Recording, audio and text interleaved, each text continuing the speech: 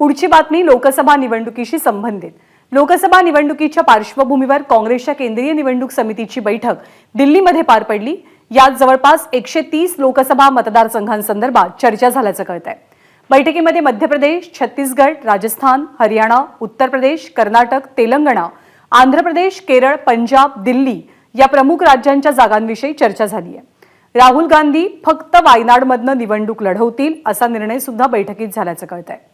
दरम्यानच काँग्रेस उमेदवारांची पहिली यादी जाहीर होण्याची दाट शक्यता वर्तवली जाते। त्यामुळे काल काँग्रेस कमिटीची पहिली बैठक पार पडली। सोनिया गांधींनी राज्यसभेचा मार्ग पत्करलेला आहे। राहुल गांधी नेमके कुठून लोकसभेची निवडणूक लढवणार याची जोरदार चर्चा होती, परंतु केवळ वायनाडमधनं म्हणजे दक्षिण भारतातनं राहुल गांधी लोकसभेसाठी उभे राहतील अशी सध्याची माहिती आहे। जवळपास 130 जागांसंदर्भात लोकसभेच्या काँग्रेसच्या बैठकीत चर्चा झाली आहे। भाजपनं आपली पहिली यादी जाहीर केली आहे। काँग्रेसची उमेदवारांबद्दलची चर्चा सुरू आहे आणि आज काँग्रेसची कदाचित उमेदवारांबद्दलची पहिली यादी येऊ शकते। रायबरेली आणि अमेठी इथून काँग्रेस आपले उमेदवार देणार का? कारण गांधी घराण्याचे हे दोनही पारंपरिक मतदारसंघ मानले जातात।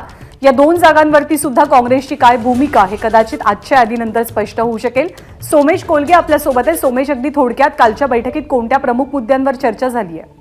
ज्ञानदा, आज आपण अपेक्षा करू शकतो की आज काँग्रेसची पहिली यादी जाहीर केली जाईल, कारण कालच्या बैठकीमध्ये तेलंगणाचे मुख्यमंत्री रेवंत रेड्डी असतील, मल्लिकार्जुन खडगे असतील, सोनिया गांधी असतील, या सगळ्यांमध्ये चर्चा झाली आहे।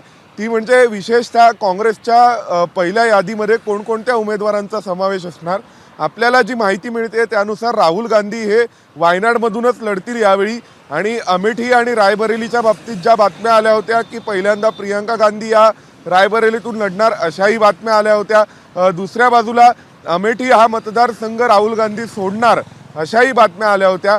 तर या बातम्यांमध्ये किती तथ्य आहे हे सुद्धा आज आपल्याला कळेल, कारण शक्यता आहे की राहुल गांधी हे पुन्हा 2 मतदारसंघातून लढले तर कदाचित ते अमेठीवरचा आपला दावा कायम ठेवतील आणि गांधी घराण्याचा परंपरागत मतदारसंघ म्हणून तिथून लढतील।